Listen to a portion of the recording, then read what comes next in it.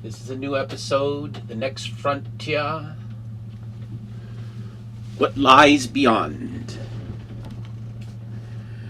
In our previous episodes, we discussed this time in our history, 2,000 years from the time of Jesus, that technology has advanced to a level that has changed our world in ways that we have never had before, that created a network capability and a network effect that is way, way beyond anything that mankind has ever experienced before, as the world becomes increasingly global and potentially increasingly dangerous. But let's talk about the future.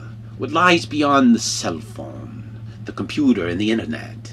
When you think about how young these technologies are, we talked about before that it took over 100 years for the telephone to advance to a level in the 90s, and within a decade or two, cell phones surpassed telephones, and now far surpassed telephones.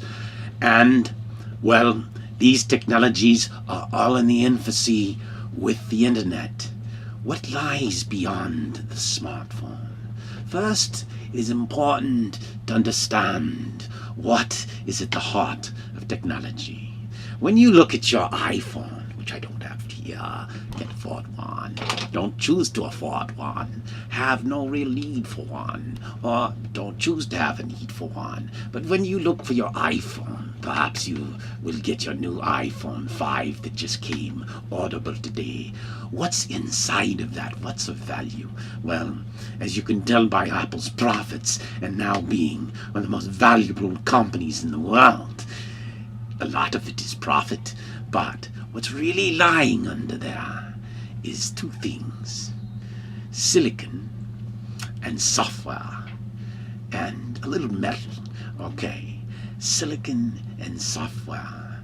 But the interesting thing is, when you consider those things, silicon is sand, and the cost of building a marginal chip almost approaches zero.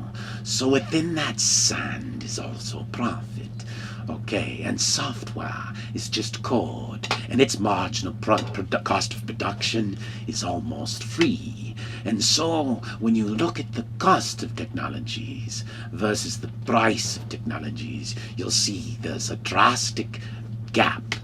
Now, today, America benefits greatly over the gap of that intellectual property. But what we must realize, if we're thinking in advance, which we hardly think to do, we just have a hard time thinking beyond a single election cycle. If we think farther into the future, into the coming years, we'll realize that it doesn't take long before the technologies of today become the commodities and will open and free to everybody in the future. And the edges of the American corporations and technology today will diminish over time. But that's not the point of this. But interestingly, these new technologies offer today already the ability to do very interesting things. When I was in 2005 working with an engineering guy on the notion of a public Wi-Fi people's network, owned and operated by the people, for the people, and of the people, and all that kind of thing, with profits to the people. That was our motto: profits to the people. Yes, profits to the people. Because when you get profits to the people, well, the rich get richer and the poor get richer, because they're all people. Anyway, today, with billions connected, we could literally hold a worldwide collection and overnight have a vault on your cell phone even. You could choose star for yes, bound for no, zero for abstain, or I don't have any freaking clue. You see, that's what my technology guy told me in 2005. Holy bleep, we could hold worldwide elections. Now, I talked to you about different scenarios, about going towards the future, but the notion of having worldwide selections with future forms, with biometric security that allow those elections to be far more secure than your ballot boxes today in the best of your nations. Well, that's change. I don't know if we can believe in it, but we gotta recognize it. So, what we have to recognize is the power of these new technologies to change our world. And what do we do with them? And so, the question then becomes, what lies beyond? And my answer to that is, what lies beyond, and this is just a prototype, I call them the iPhones. Imagine iPhones in the eye, no longer smartphone. In your eye, a projection of computer information, and your computer programs look more and interact more like people, and you have access to all of the information available on the planet, and you have available education and knowledge and learning right into your iPhones. But let's take the hardware, guys. Let's get to the geeks of the hardware. Within these screens, they could go either completely translucent, overlaying information on top of your reality, including ads, which you can present and select by computer-programmed agents that choose what you view and what you don't, and whatever you have becomes secure and becomes delivered as you would want it. Although, if you play your Wild Wild West internet game, this is going to be a massive mind mess, because if you don't control what that could deliver to your mind, I don't know if you want to go in this space that, well, is your reality with information on top of it. But there's another space, what lies beyond Google Earth, a real-time virtual space of literally virtual FaceTimes, because within these iPhones are also cameras to collect real-time information around you and put them back into the cloud of the network, and we have earphones to collect the sound. So within this, well, you have a paradigm now where you are talking to your computer, and your commands may be gestures, and you might have virtual keyboards, but no need for mouses and mises and stuff, and well, we still have them in Disneyland and Disney World. But anyway, the point is, what is the point? Okay, so your iPhones are now capable of transporting you around the planet and transporting other people around the planet. And well, that could get really disturbing if people transported themselves in the billions to Cairo to protest. This has happened to be a time of protest over the Muslim film. We won't go through that, but this is September something 2012, shortly after 9/11 2012. But the point is this brave new world of technology will change things as we know them, but are we going to get ahead of that change or be controlled of that change? And how long will it take for us to realize these iPhones, the technology is almost within our grasp today, and based on current trends, I doubt you'll avoid having this technology in form within the next decade, and I doubt you will continue to use the same kind of flat screen interface that you're used to within the coming 2 decades. I think you'll see the future of computing morph in front of your eyes, in front of your iPhones actually. But okay, so the problem with a lot of this is we start to get in, we've already seen the technology, the patent wars. You've seen the battle in the billion dollar lawsuit award with Samsung and Apple.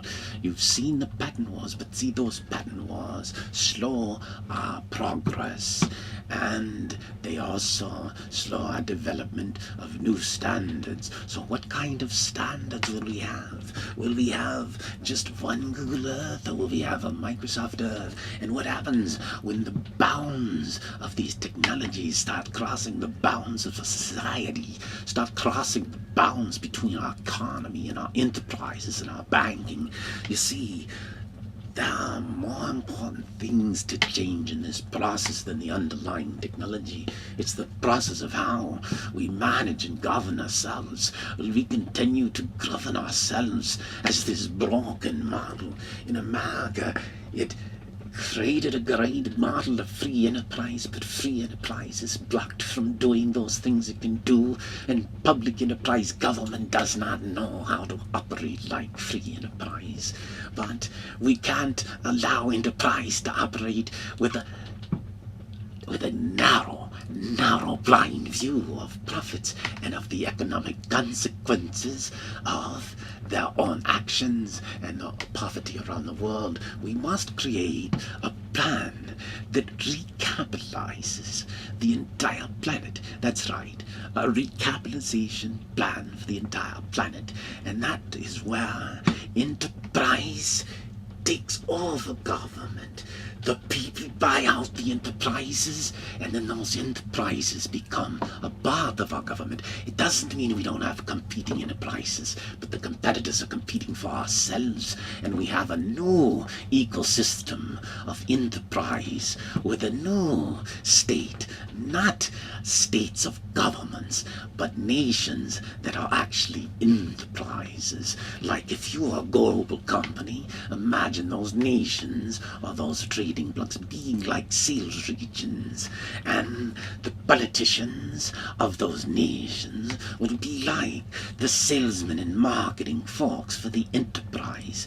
And the primary goal of this new enterprise will be the fulfillment of the pyramid of human needs. And for those who think and are familiar with Maslow, think about the needs. At the bottom will be the need for sustenance, food. All right, we should guarantee all humans on Earth. And then the need for housing and security and safety.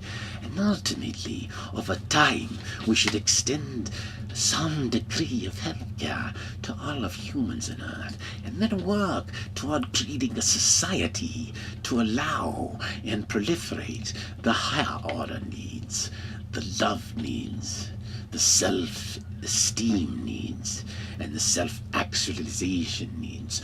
Only when our society and our enterprise and our virtual iPhone heaven, that's right, because when you create a virtual replica of reality over your own space and time, and then capture that reality in your own space and time, what we're actually creating is the greatest movie of all time.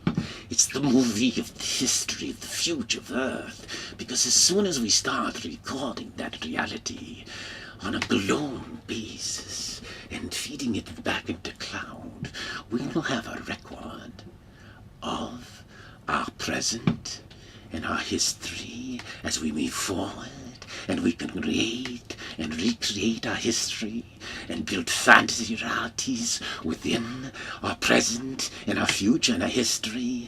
We can, within this heaven of mind, create an area for knowledge and art and learning beyond human comprehension.